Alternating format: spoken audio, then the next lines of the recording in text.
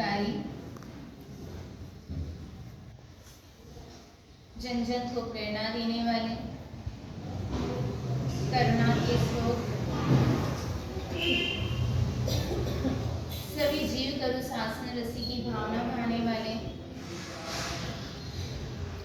ऐसे तीर्थंकर परमात्मा जिनकी हमने कल बात की थी कि तीर्थंकर जैसी आत्माओं जिनका कल्याण का मार्ग भी क्या था, कल मैंने क्या बात करी थी कि सभी के कल्याण का मार्ग अलग अलग था। 24 तीर्थंकर बोले या साधारण कोई भी केवली या साधारण कोई भी सिद्ध बोले,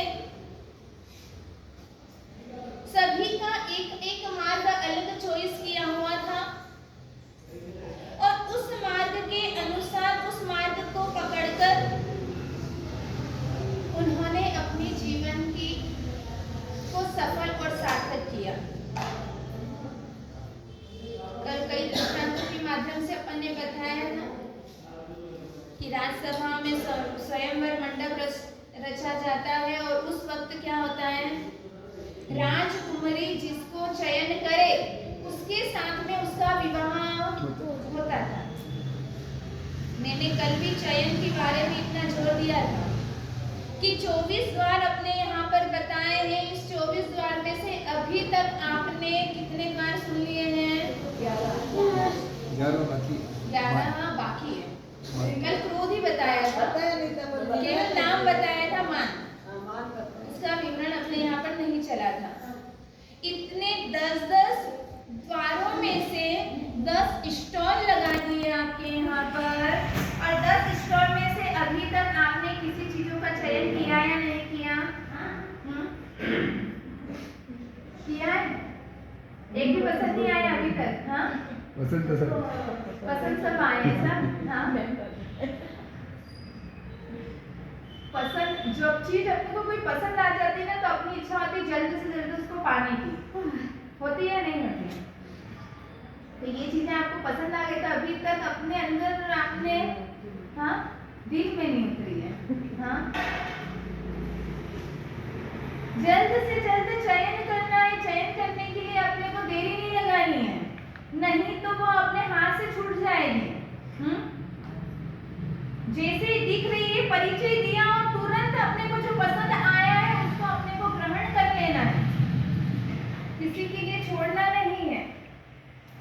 कल 10वां द्वार बताया था क्रोध का।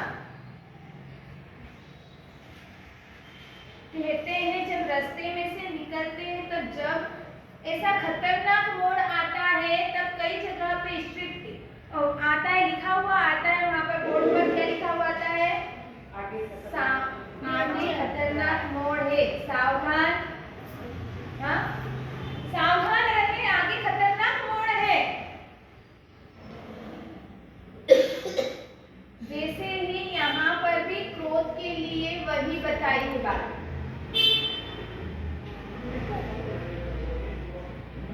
जहां पर आपको लग रहा है मुझे क्रोध है, जैसे ट्रेन के अंदर आप सफर करते हैं तो धूम्रपान का निषेध बताया बता दें, यहाँ पर धूम्रपान करना सख्त मना है।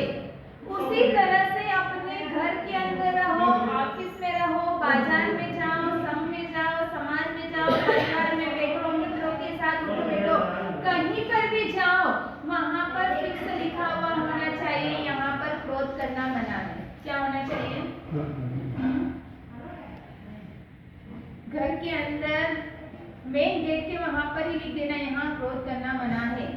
जो भी आएंगे जाएंगे देखेंगे वह देखते रहेंगे कि यहाँ पर क्रोध करना मना है।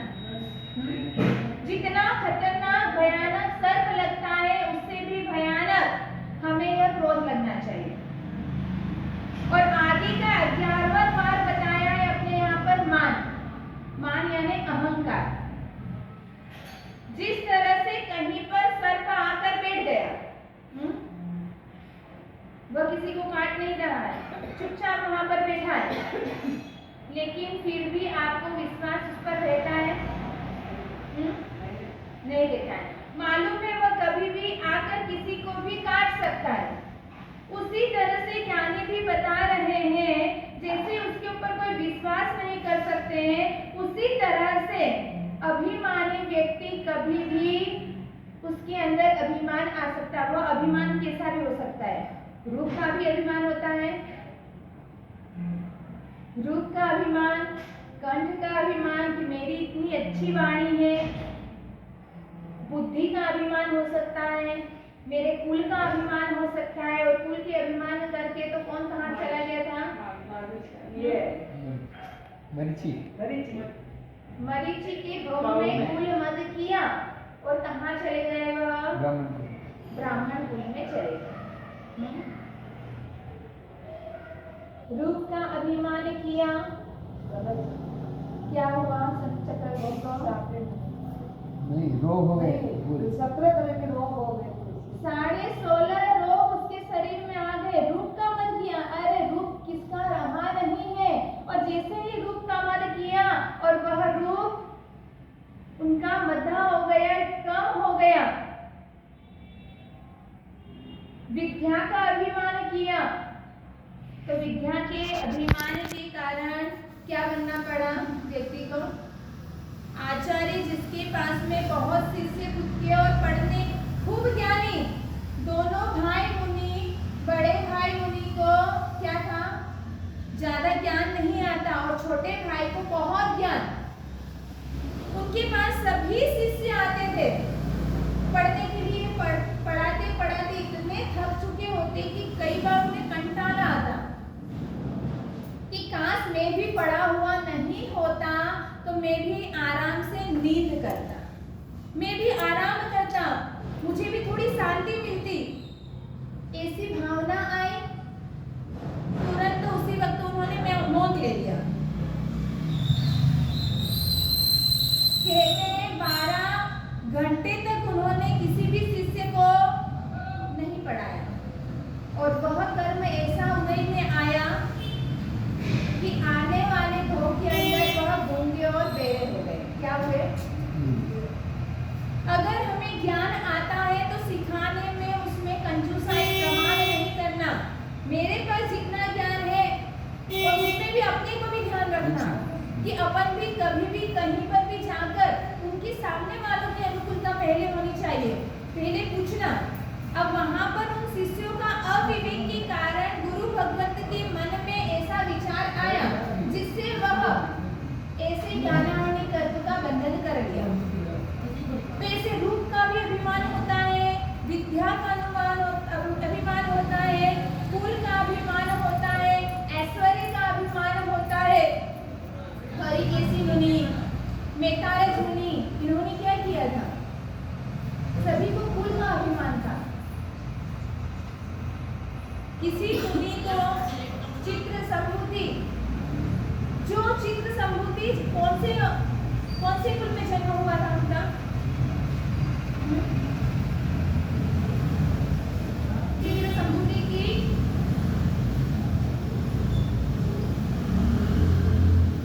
अपन ने सच्चाई भी कही।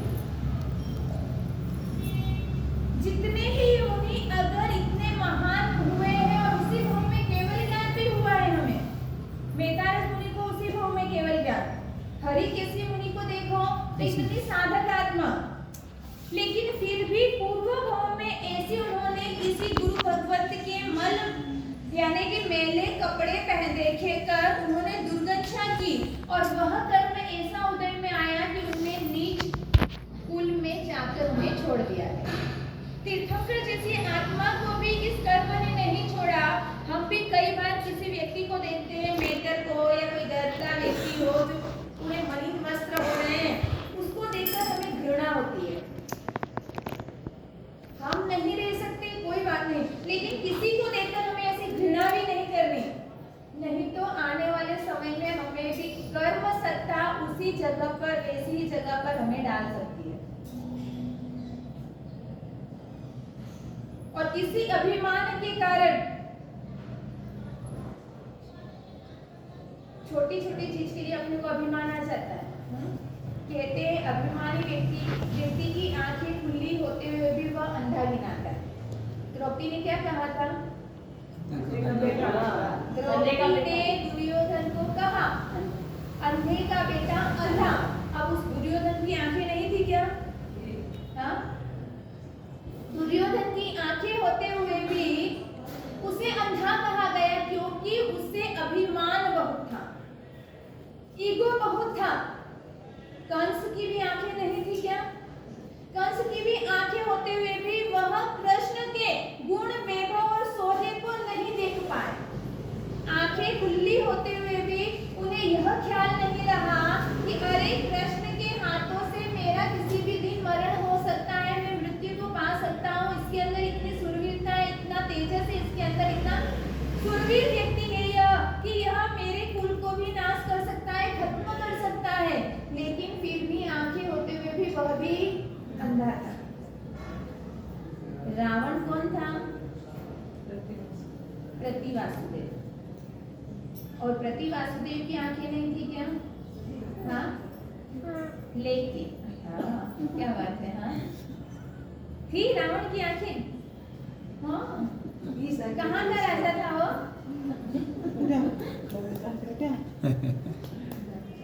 रावण की भी आंखें होते हुए प्रतिवासुदेव उसे सब कुछ मालूम था, लेकिन फिर भी अभिमान के गर्त में पड़ा हुआ वह रावण जिसे कुल का भी भान नहीं रहा कि मेरे कुल का नाश हो जाएगा एक अभिमान के कारण। इसीलिए व्यक्ति नाक के पीछे सब कुछ गवा देता है। किसके पीछे? एक नाक के कारण। इस नाक को एक तरफ छोड़े और नाक का अगर भजन कर ले तो व्यक्ति का बेड़ा पार हो सकता है। किसका? किसके कारण आज आप इतनी मेहनत करते हो? हाँ?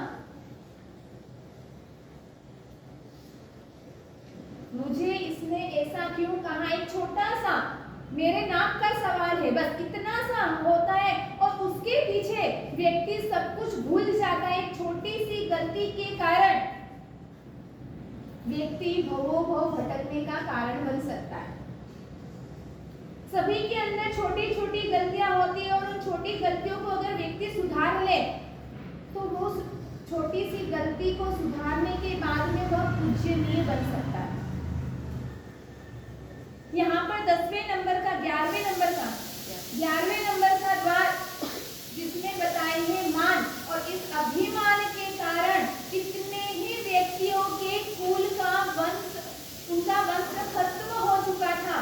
तो ऐसे ही अभिमान का त्याग हमें भी करना। इसीलिए पहले घरों के द्वार जो होते थे छोटे होते थे, हाँ, और आज के घर के द्वार कितने बड़े होते हैं। व्यक्ति घर में भी कैसे रहता है? अकड़ के, और बाहर भी अकड़ के। यह अकड़ता आज तक किसी की रही नहीं और रहने वाली भी नहीं है। वह सोचता मेरे घर पर मेरा दबदबा हो, तो ऐसा कभी हो नहीं सकता। किसी का भी दबदबा किसी के यहाँ पर नहीं चलता है। कर्म सत्ता हमेशा हर किसी का दबदबा को खत्म कर सकता है। राजा महाराजा रावण जैसे व्यक्ति का भी दबदबा नहीं चला है, अभिमान नहीं टिका है, तो सामान्य व्यक्ति का अभिमान टिक नहीं सकता है। और 11वें नंबर या 12वें नंबर का जो द्वार है वह है माया।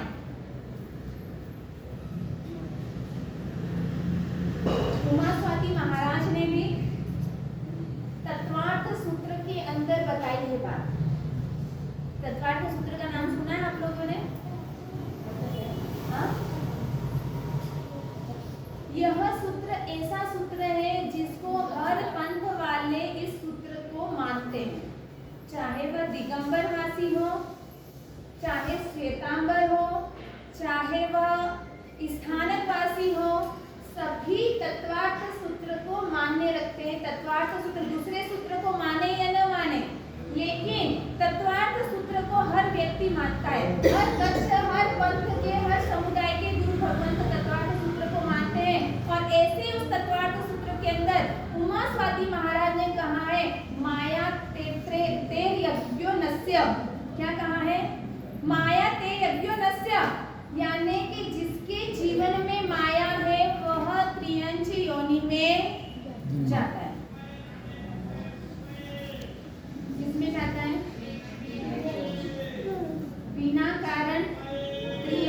ट्रेन का टिकट अपन कटवा लेते हैं। सामने से दिखता है व्यक्ति बहुत भोला, बहुत समझदार, बहुत विवेकी, लेकिन उस व्यक्ति के अंदर क्या चलता है वह ईश्वर जाने। हाँ? मायावी व्यक्ति ऐसे होते हैं, कहते हैं मुख में राम बगल में छुरी। एक तरह से कहते हैं बगुला बाहर से सफेद दिखता है, अंदर से मायावी होता है। उससे अच्छा कौवा है जो बाहर और भीतर दोनों तरफ से एक जैसा रहता है। उस व्यक्ति को व्यक्ति पहचान सकते हैं, लेकिन बगुले को हर व्यक्ति नहीं पहचान सकता। अच्छे सज्जन व्यक्ति, धुरंधर व्यक्ति भी ऐसे मायावी व्यक्ति की परीक्षा करने में, उसे पहचानने में धोखा खा जाते हैं। अपन ने अभय कुमार की बात सुनी थी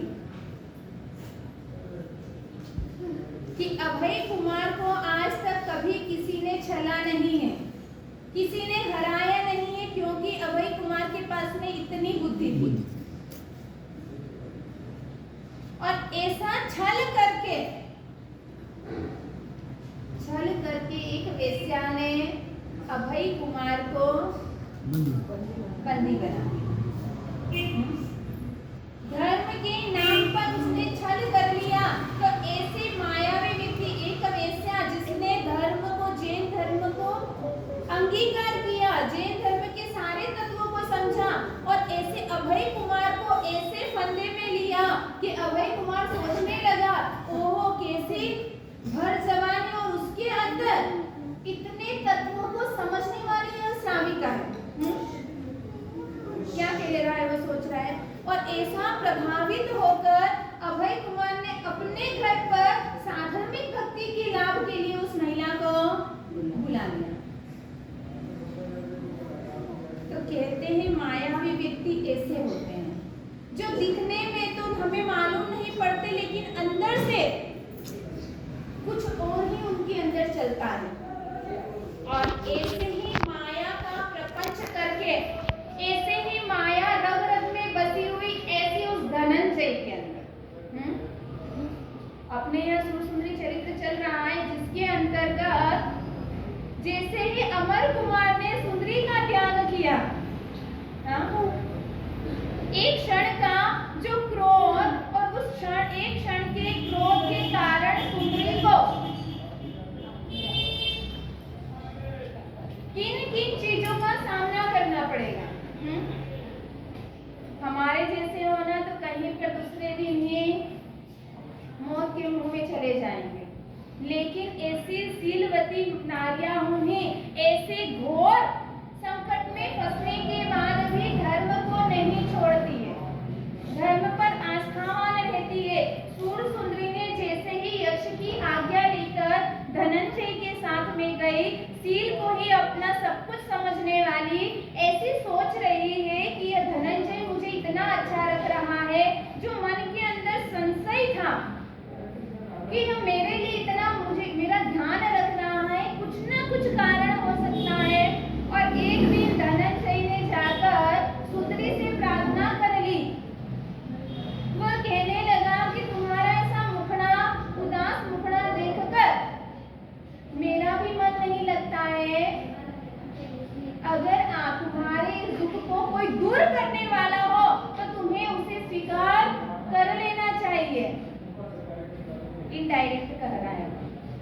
उसका कहने का मतलब है कि अब तुम अपने पति को छोड़ दो, पति का त्याग कर दो, जिसने तुम्हें इस दुख में डाला है।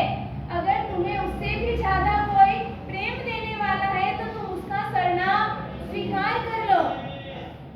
जैसे ही यह शब्द कहे कि मैं तुम्हें पत्नी बनाने वाला हूँ, तुम मेरा स्वीकार कर लो, और उसी वक्त सुर सुंदरी जो इतनी कोमल मृदुभाषी, जो कभी भी आप कहकर कहती थी, और उसने तुरंत उसे कह दिया कि धनंजय तुम इस चीज को छोड़ देना। क्या कहा? जो तुम बातें लेकर आए हो इसे तुम्हारे दिल और दिमाग में से निकाल देना। हमारे देश की संस्कृति यह नहीं है कि हम एक को छोड़े और दूसरे को अपनाए। और उस वक्त धनंजय ने क्या कहा कि अभी तू कहाँ तेरे देश में है, अभी तू मेरे देश में चल रही है, मुझे स्वीकार कर ले।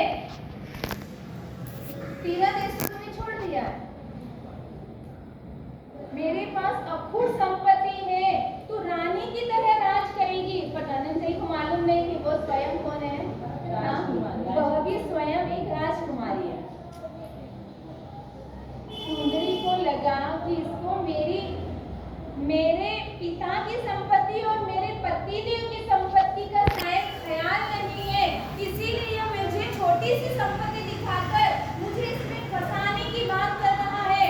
उसी वक्त सुंदरी ने कह दिया कि न भूतो न भविष्यति, ऐसा कभी हो नहीं सकता है। मेरे पतिदेव ही मेरे लिए सब कुछ है, मेरे देवता हैं। और उस वक्त धनंजय ने कहा तू 2 दिन का इंतजार कर ले, 2 दिन में मुझे जवाब देना है, नहीं तो मैं तुझे जबरन उठाकर मेरे देश में लेकर चला जाऊंगा। और इधर अब सूर सुंदरी विचार कर रही है, अब मुझे क्या करना, कुछ समझ में नहीं आ रहा है। कमरा बंद किया, पद्मासन लगाकर नमस्कार मंत्र का जाप कर रही है। और उस वक्त उसे ऐसा आभास हो रहा है कि मुझे कोई कुछ कह रहा है। उसे ऐसे आभास हो रहा है और उस वक्त उसको लग रहा है कि बेटा तू उठ जा और इस समुद्र के अंदर तू छलांग, इस समुद्र में तू कूद जा। इतनी हिम्मत होनी चाहिए। एक तालाब में भी कूदने का अगर मैं बोल दूंगी ना तो कोई कूदने वाला, और समुद्र के अंदर तो कितने ही लोगों की समाधि हो जाती है, कितनी जितनी चीजें आती उसमें स्वाहा हो जाती है, कोई पते नहीं रहते हैं। बड़े बड़े जहाज भी उसमें डूब जाते हैं, छिन्न भिन्न हो जाते हैं। और जैसे ही सूर सुंदरी को ऐसा आभास हुआ, तुरंत दरवाजा खोल रही है और धनंजय को कहा कि संध्या के समय जहाज के डेक पर चढ़कर मैं तुम्हें समर्पित हो जाऊंगी। क्या कहा उसने, मालूम है ऐसे तो अब मुझे वह लेकर वहां पर नहीं जाएगा। और इसलिए जैसे ही धनंजय ने यह शब्द सुना, धनंजय को क्या लगा कि मेरा रूप वैभव, मेरा लावण्य देखकर, मेरी संपत्ति देखकर यह भी पिघल गई है, मेरा स्वीकार करने वाली है। और तुरंत अच्छे नए कपड़े पहनकर स्नान वगैरह करके धनंजय और सुंदरी दोनों संध्या के समय जहाज के डेक पर चढ़े। और वहां पर वह कहने लगी, वापस सुंदरी क्या कहने लगी कि देख धनंजय, अभी भी विचार कर ले, मुझे लग रहा है तेरा सर्वनाश होने वाला है, तेरा सब कुछ चला जाएगा। अगर तू तेरा हित चाहता है तो मुझे दिल से निकाल दे। जैसे यह शब्द सुना, धनंजय को लगा कि ये क्या वेद पुराणों की बातें लेकर बैठ गई वापस। उसने कहा मैंने तेरी यह बातें सुनने के लिए यहाँ नहीं बुलाया है। और जैसे ही वह धनंजय सुंदरी के नजदीक आ रहा था और उसी वक्त सुंदरी ने नमस्कार मंत्र का जाप करते हुए जोर से उस समुद्र के अंदर छलांग लगा दी। जैसे ही समुद्र में कूदी और तुरंत वातावरण इतना बिगड़ गया, समुद्र हिलोरे, जहाज हिलोरे खाने लगा और तुरंत इतना जोर से तूफान उठा और उसी वक्त जहाज छिन्न भिन्न हो गए। धनंजय, उसके जो सैनिक वगैरह जो कर्मचारी थे, सभी जहाज के अंदर, समुद्र के अंदर स्वाहा हो गए, जहाज का भी टुकड़े टुकड़े हो गए। और इधर कहते हैं धर्मी जन के साथ में हमेशा धर्म साथ में रहता है। कैसी भी आपत्ति आ जाए, संकट आ जाए, वह वहां से पार अपना पा सकते हैं। जैसे ही उसने समुद्र में वह कूदी, इधर जहाज टूटा, जहाज का में से का एक लकड़ी का बड़ा पाटिया उसके हाथ में आ गया और उसी वक्त उसने अपने भुजा से उसे जकड़ कर रखा, बेहोश हो चुकी थी। और ऐसा वह जहां वह टुकड़ा चलते बहते बहते बहते बहते एक नगर के किनारे के वहां जाकर रुक गया। इधर वह रेतुल के अंदर मिट्टी में पूरी भीगी हुई ऐसी सुंदरी बेहोश अवस्था में थी। और जैसे जैसे सूर्य का उदय हो रहा है, वैसे वैसे हवा के थपेड़ों के कारण सुंदरी होश में आए। जैसे ही देखा कि यह क्या, समुद्र में कूदने के बाद में भी मैं आज जिंदी हूँ, तो जरूर मेरा धर्म मुझे साथ दे रहा है, मुझे बचा रहा है। और उसी वक्त उसने अपने कपड़े झटके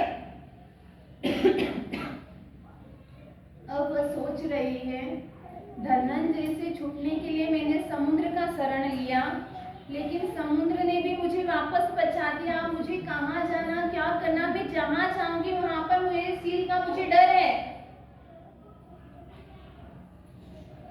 पर दूसरी तरफ से अंदाजा आ रहा है कि मैं जहाँ जाऊंगी मेरे सील की सुरक्षा मेरा धर्म मुझे करता रहेगा। ये कौन सा नगर है, उस नगर में जाकर देखती हूँ, वहां पर मुझे कुछ ना कुछ सहारा मिलेगा। और ऐसे ही, क्योंकि पानी के थपेड़े लगे हुए थे, पूरी रात्रि के अंदर पानी में रही हुई थी, थकान लगी हुई थी, शरीर दर्द कर रहा था, और इधर वह सुंदरी चल रही थी। और वह नगर था कौन सा, मालूम है आपको? तो चंपापुरी में पहुंची है। हाँ? नहीं, जिस नगर का इंतजार था उसे, अभी तो वह एंट्री कर रही है केवल, उसे कुछ ख्याल नहीं है कि यह कौन सा नगर। उसने सोचा मैं नगर में आ जाती हूँ, मालूम पड़ेगा मुझे। और जैसे ही नगर में वह जा रही है, वह बेनातट नगर था, और ऐसे बेनातट नगर के अंदर प्रवेश कर रही है, पूरा रास्ता खाली था। सब लोग चिल्ला रहे थे कि ए महिला, ए युवती, तू हट जा, किसी के घर में दुकान में घुस जा, नहीं तो यह मदोन्मत्त हाथी जो आ रहा है, जिसने शराब की दुकान तोड़ फोड़ दी और हाथी ने सारी शराब पी ली, इसलिए वह पागल सा हो गया है। जो आ रहे हैं उन्हें वह मारने का काम कर रहा है, इसीलिए तू यहाँ से हट जा। लेकिन सुंदरी तो अपनी मस्ती में धीरे धीरे चल रही थी। इतने में वो कहीं पर जाए, इतने में हाथी आया, और हाथी ने उसे सूंड में लिया, और सूंड में लेकर इतनी जोर से उछाला। हाँ? किसके पास पहुंच गए हो? इतनी जल्दी अगर अमर कुमार के पास पहुंच जाएगी ना, तो चरित्र पूरा हो जाएगा आपका। हाँ? सही है ना? हाँ? हम 4 दिन ये हाथी ने सूंड में सुंदरी को उठाया, और जिस तरह से गुलेर का फूल को फेंकते हैं, उसी तरह से सूर सुंदरी को इतना जोर से उछाला कि समुद्र के किनारे एक जहाज था, उस जहाज के अंदर उसे डायरेक्ट गई। तो कहाँ गई वह? कहते हैं क्रिकेट खेलते हैं और चौका छक्का लगता है। हाँ?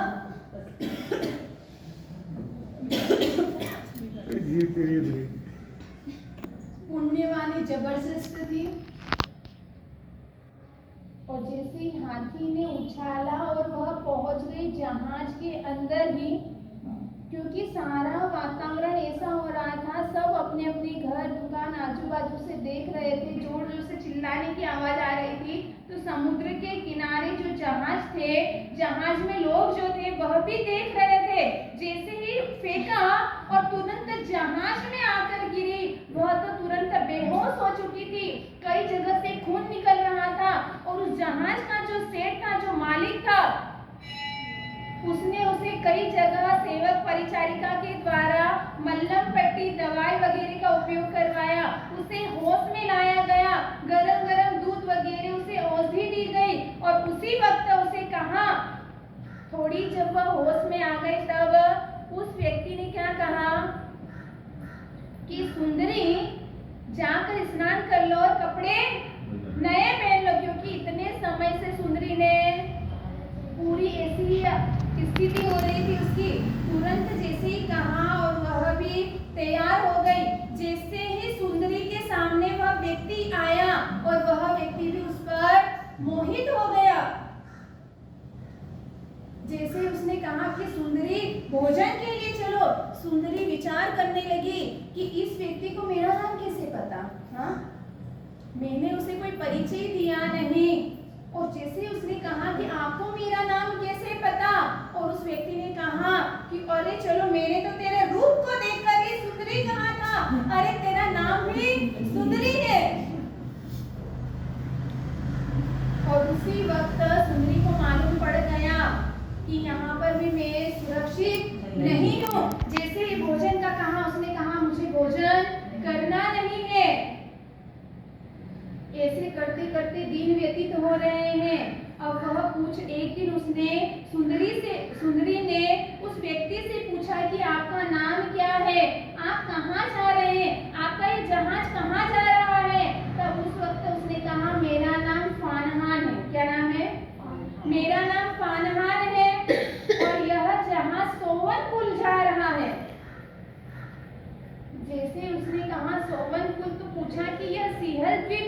कितना दूर है वहां से? तो कहा कि सिंहल द्वीप तो बहुत दूर है वहां से, पर तुझे क्या, तेरा कोई कुटुंबी जन परिवार का कोई व्यक्ति रहता है क्या? तो उसने कहा कि सिंहल द्वीप में मेरे पति रहते हैं, मुझे उनके पास जाना है। और उसी वक्त फारहान ने क्या सोच लिया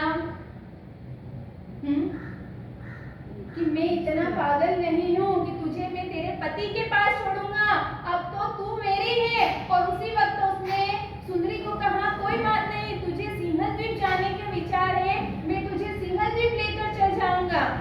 वो उसका उपकार मानने लगी ना।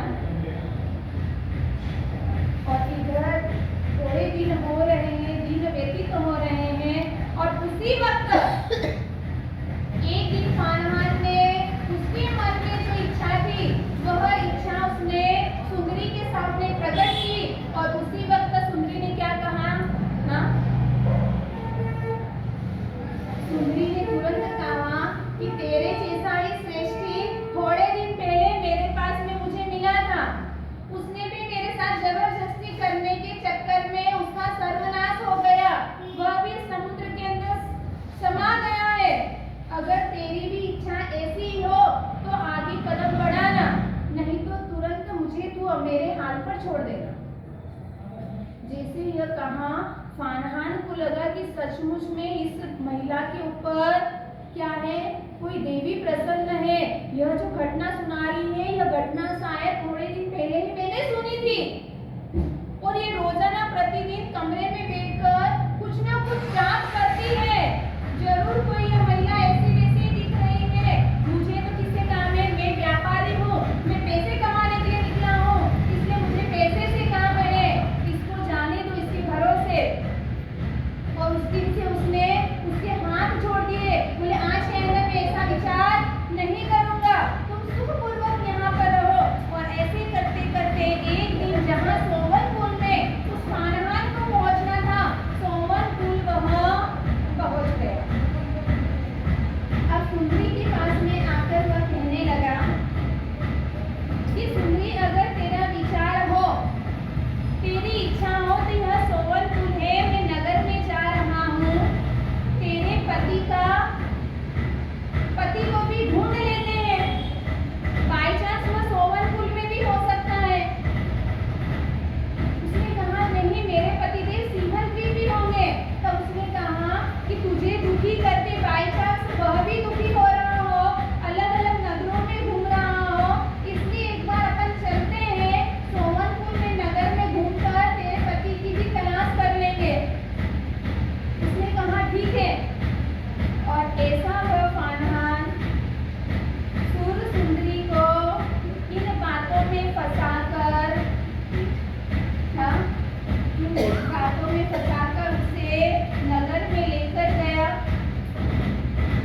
बीच नगर में चौराहा जैसे ही आया और ऐसे चौराहे पर जाकर उसे खड़ा कर दिया और सुंदरी की तरफ चेहरा करके जोर जोर से हंसने लगा और कहने लगा कि हे महिला, आप तो यहीं पर खड़ी रह जाना, यहाँ से भागने की कोशिश मत करना, मेरे सैनिक चारों ओर से तुझे घेर रखा है। तू ज्यादा ही कड़क शब्दों में मुझे कह रही थी, अब देख लेना तेरी हालत। और तुरंत सोवन पुल के चौराहे पर जाकर उसे खड़ा करके जोर से आवाज लगाने लगा और कहने लगा कि 1.25 लाख में जिसे भी इस महिला को लेकर जाना है वह खुशी खुशी लेकर जा सकता है। एक राजकुमारी अपने जीवन में छोटे मोटे अगर दुख आ जाते हैं ना, उनके अपन गीत गाने के लिए जगह जगह पर चले जाते हैं। मेरी सासू ऐसी, मेरे ससुर ऐसे, मेरे पतिदेव ऐसे, मेरी पत्नी ऐसी है, मेरी ननद भौजाई देरानी जेठानी ऐसे है, मेरा घर में कुछ नहीं है। छोटी छोटी चीजों के पीछे हम उसका रोने लग जाते हैं। लेकिन ऐसे ऐसे राजा और महाराजा राजकुमारियों के जीवन में कैसे कैसे संकट आए हैं और उन संकटों का भी सामना उन्होंने कितने समतापूर्वक किया। चंदन बाला भी कहाँ पर बेचा है? चोटे पर, चौराहे पर बेचा है। और इधर सुंदरी भी चौराहे पर उसे खड़ा कर दिया। उसे पहले तो समझ में नहीं आया, शर्म आ रही है, आंखें नीचे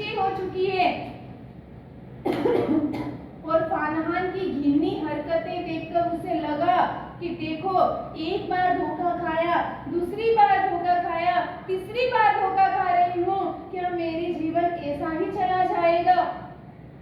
और शर्म के मारे आंखों में से आंसू आ रहे हैं, आंखें नीची हैं और कई लोग कहते हैं तमाशे को टेढ़ा देने की जरूरत नहीं होती है। और जहाँ पर एक व्यक्ति नहीं था, वहाँ पर पूरा चौराहा भरा गया पब्लिक से। सब झांक कर सुर सुंदरी को देख रहे हैं। कोई व्यक्ति कहता है कि थोड़ा 1.25 लाख तो ज्यादा है, इसका थोड़ा कम मूल्य कर दीजिए। तो फरहान कहता है ऐसी सुर सुंदरी, ऐसी नूर तो 1.25 लाख में भी मिलने वाली नहीं है।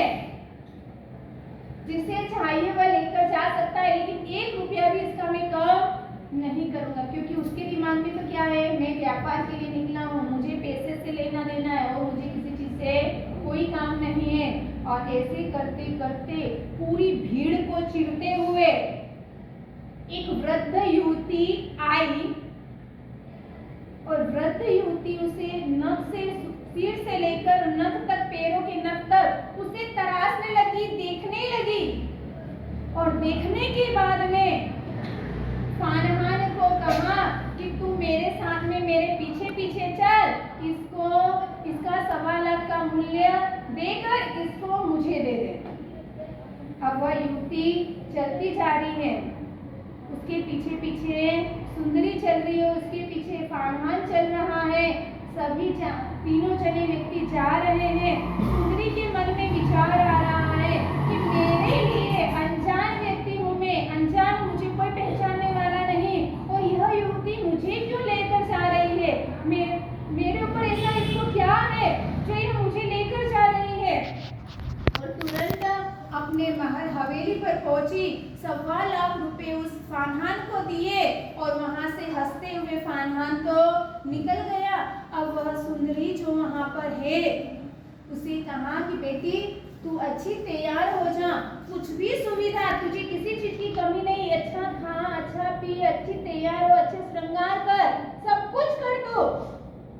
सुंदरी सोचने लगी मुझे श्रृंगार क्यों करना? हाँ, सुंदरी इन चीजों से अनभिज्ञ थी, कभी उसने देखा नहीं था, पढ़ने पर जरूर सुना था, लेकिन उसे यह विचार नहीं आया। उसने कहा कि मैं तैयार क्यों, मुझे तैयार होने की जरूरत नहीं है। तब उसने कहा, सुंदरी ने पूछा कि आप मेरे ऊपर इतना मुझे प्रेम क्यों कर रहे हो, इतने अच्छे अच्छे सुंदर सुंदर कपड़े क्यों दे रहे हो, इतने गहने क्यों दे रहे हो? तब उसने कहा बुढ़िया ने कि थोड़े दिन के बाद में तुझे सब कुछ समझ पड़ जाएगा। उसने कहा कि मुझे कुछ भी समझ नहीं आ रहा है। बोले तुझे इसलिए तैयार होना है कि जो भी पुरुष आए उन्हें तुझे खुश करना है। और तुरंत जैसे ही यह शब्द सुने, सुंदरी के मुख से निकल गया कि क्या यह वेश्यालय है? और तुरंत उस युवती ने क्या कहा, उस प्रौढ़ महिला ने कहा कि हाँ यह वही जगह है। तुरंत वह हाथ जोड़ने लगी और उस युवती से, उस प्रौढ़ महिला से कहने लगी कि देखो मैं दुखियारी हूँ, मेरे पति का वियोग हो चुका है, मुझे यहाँ से छोड़ दीजिए।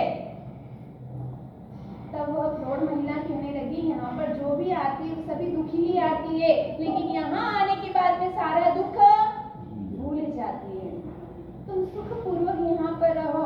और उस वक्त सुंदरी ने कहा कि आप जो कहेंगे वह सब कुछ करने के लिए तैयार हूँ।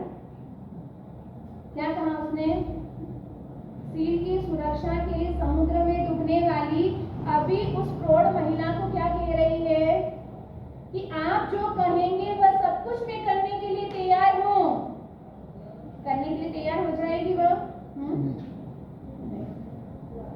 उसने कहा उसके पहले मेरी एक शर्त है कि 3 दिन का मुझे समय दे दीजिए। 3 दिन के बाद आप जो भी कुछ कहेंगे वो सब कुछ करने के लिए तैयार हूँ। अभी मैं स्वस्थ नहीं हूँ, इसलिए मुझे 3 दिन का बिल्कुल फुल मुझे रेस्ट चाहिए। और उसी वक्त उसने कहा कोई बात नहीं, 3 की जगह तो 6 दिन का रेस्ट कर, एकदम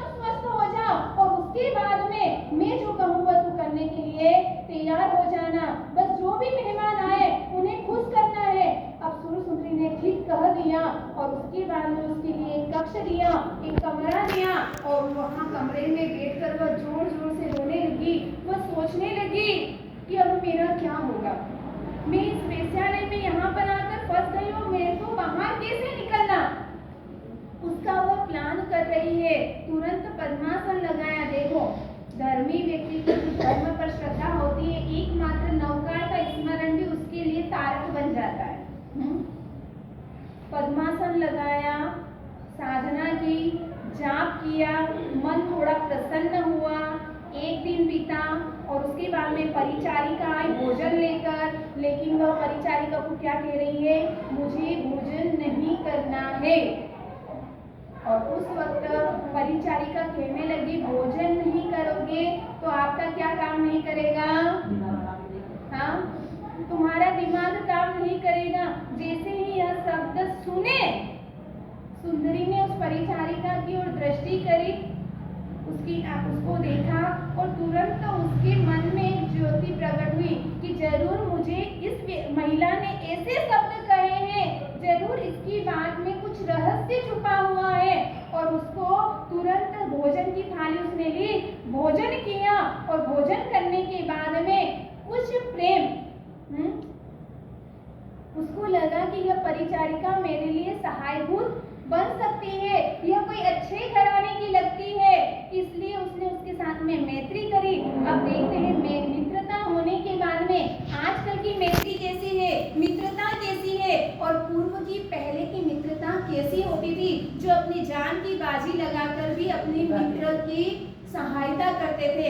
यह हम अगले प्रवचन में देखेंगे कि सूर्य सुंदरी अब उस श्रोण महिला वेश्यालय में से किस तरह से छूटेगी और उसके बाद में वह कहाँ जाकर अटकेगी, यह अपन अगले प्रवचन में देखेंगे।